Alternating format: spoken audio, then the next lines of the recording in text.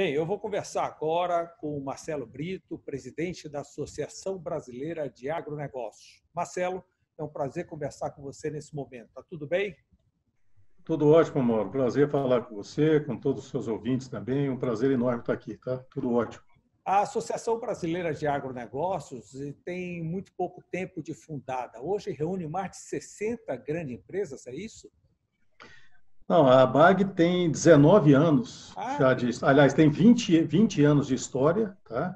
Foi fundada por Ney Bittencourt, o empresário que trouxe o conceito do agronegócio para o Brasil. São 80 associados, então aparentemente parece que é pequeno, né?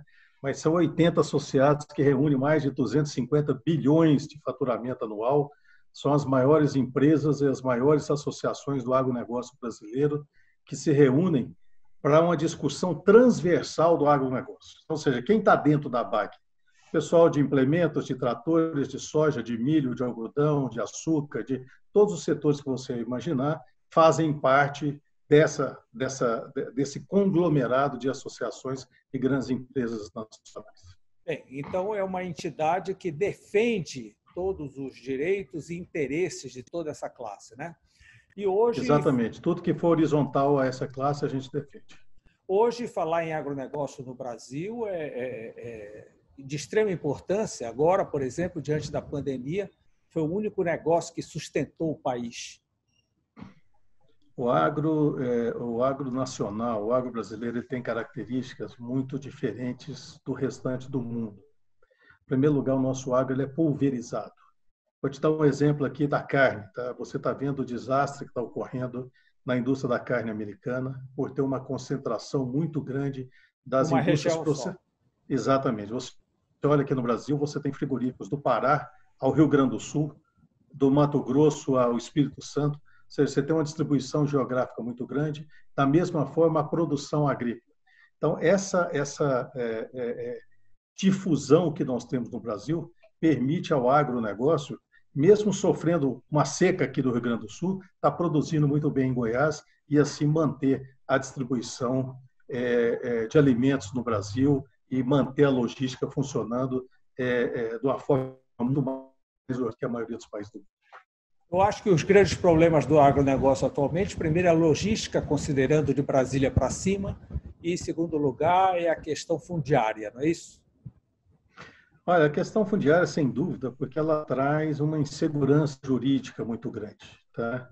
E principalmente quando a gente olha aí a nossa região amazônica, eu estou falando dos 7 estados do bioma, mais os 2 da Amazônia Legal, Tocantins e Mato Grosso, porque as potencialidades desses estados são muito grandes. E não falta capital de investimento, mas falta a segurança jurídica necessária.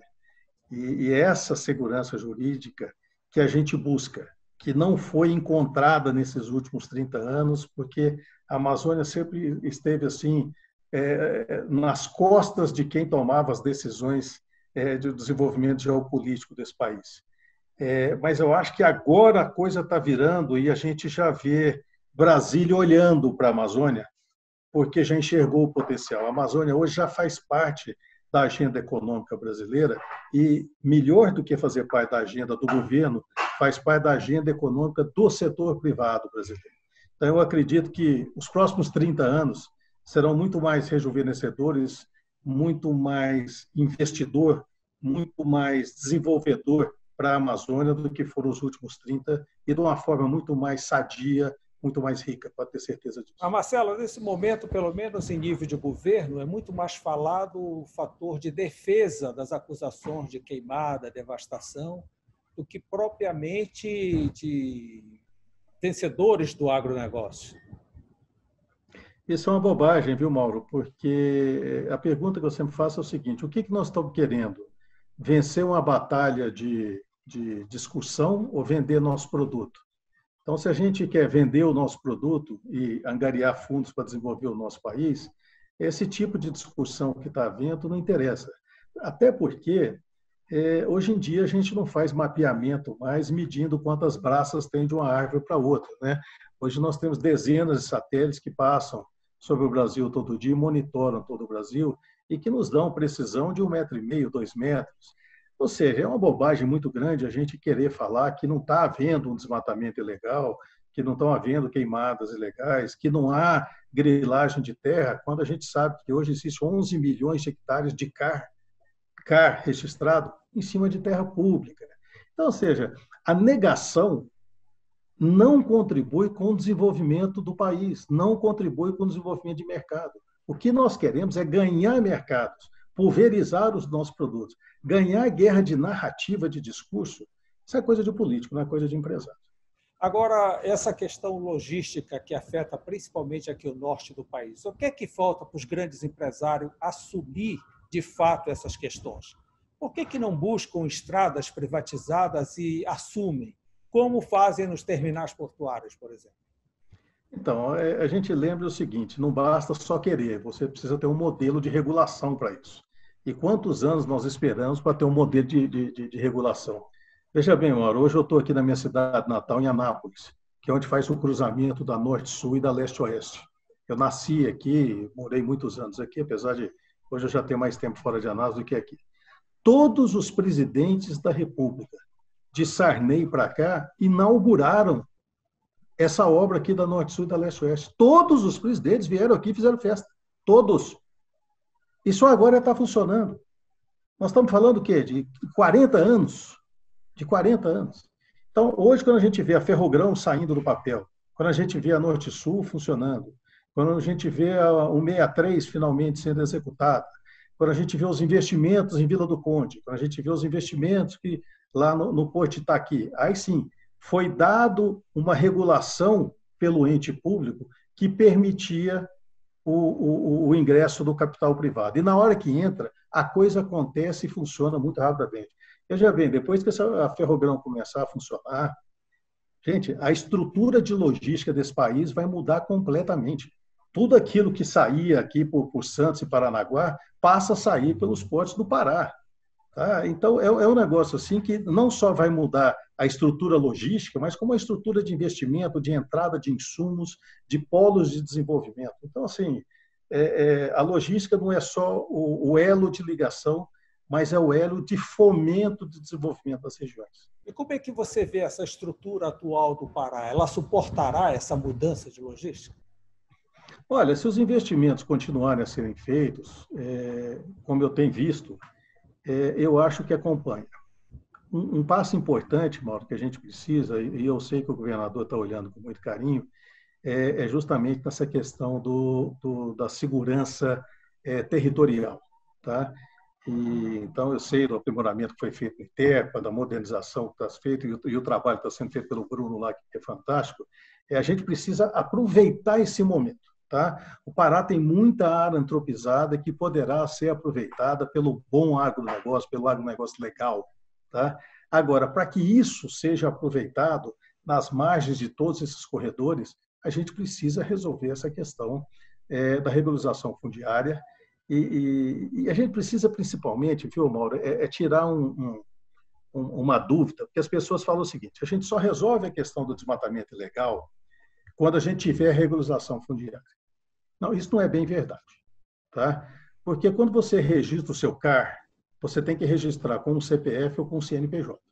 O que significa que o Serviço Florestal Brasileiro sabe quem é o dono de cada CAR e as secretarias estaduais dos diversos estados também sabem. Então, para combater o desmatamento ilegal, o Estado já possui ferramental necessário. Agora, para dar o passo para o desenvolvimento sustentável, um desenvolvimento dentro das condições modernas, aí sim não basta só o CAR. É preciso que o CAR esteja validado pelos estados, é preciso que os prazos estejam em funcionamento, para que os produtores também possam fazer os seus planos de recuperação, conforme dita a lei, tá? E implementar o Código Florestal para que a gente possa tirar todas essas terras daquele sentido de capital morto, né? Que é uma cunha criada por um economista, que dita aquela terra que não está registrada e que não pode ter o seu desenvolvimento, o seu financiamento à altura da forma que precisava. Então, assim, o Pará pode ser o grande estado ganhador dessa nova rota de logística do Brasil. Então, vai depender de como a gente organiza as parcerias público-privadas, que o Estado sozinho não terá conta de fazer, como a gente organiza as parcerias público-privadas para dar vazão a esses investimentos necessários. Na semana passada, a associação que você preside teve uma reunião com o Comitê de Governadores da Amazônia. Saiu algum resultado prático?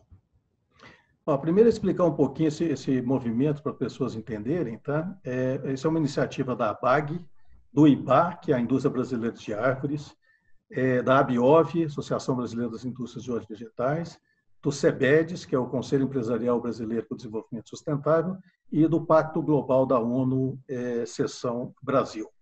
E a grande diferença desse movimento, Mauro, é que, ao contrário dos outros, em que aparece o nome das associações e as empresas ficam atrás, nessas associações ficam no rodapé e aparecem as empresas.